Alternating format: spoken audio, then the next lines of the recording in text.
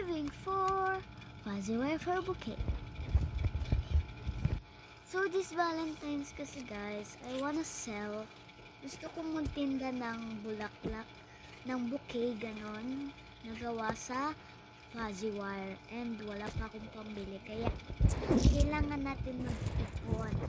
And then pagkatapos ito, diba ayan nga fuzzy wire, gusto ko ako lang din gagawa, manonood lang ako ng mga tutorial ganon, para talaga hardworking ganon, diba?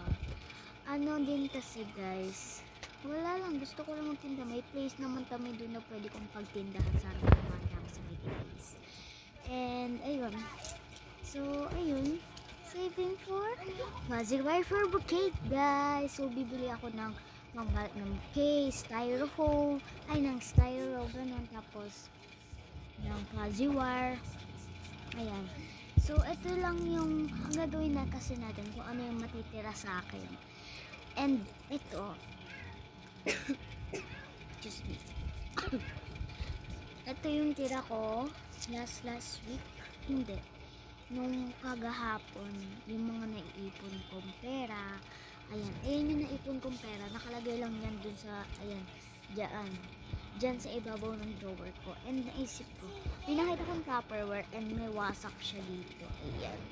Ayan, may wasak siya dyan. E di, ang ginawa ko, nilagyan ko ng ganyan, saving for fuzzy wafer bouquet. Ang dami ko kasi napapanood sa TikTok, sa TikTok, FB, gano'n. So, hindi ko muna siya bibilang.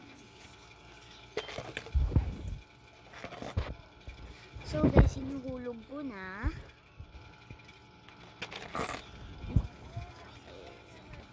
Hindi ko talaga siya binibilang guys, kasi sabi ng mga magulang ko, malas talaga. Yay! So yan guys, complete na tayo. And meron naman tayo dito ng ganite. Hindi ako kumain kaganinang ako sa pieces namin, and humingi na lang ako sa mga classmates ko dito.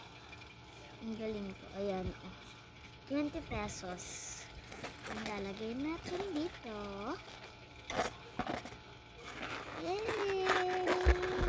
Meron na tayong ipon guys. Hope na makalagpas ng 100. Kasi nasa 100 yung mga mabibili ko eh. Diba? And paldo rin tayo guys kapag nag-ano tayo ng bouquet. Yes. And yun lang guys, thank you sa panonood. Abangan nyo pa yung ibang series ko ng Saving for Fuzzy Wafer Bouquet. Yun lang guys, it's Sophia, and come back again!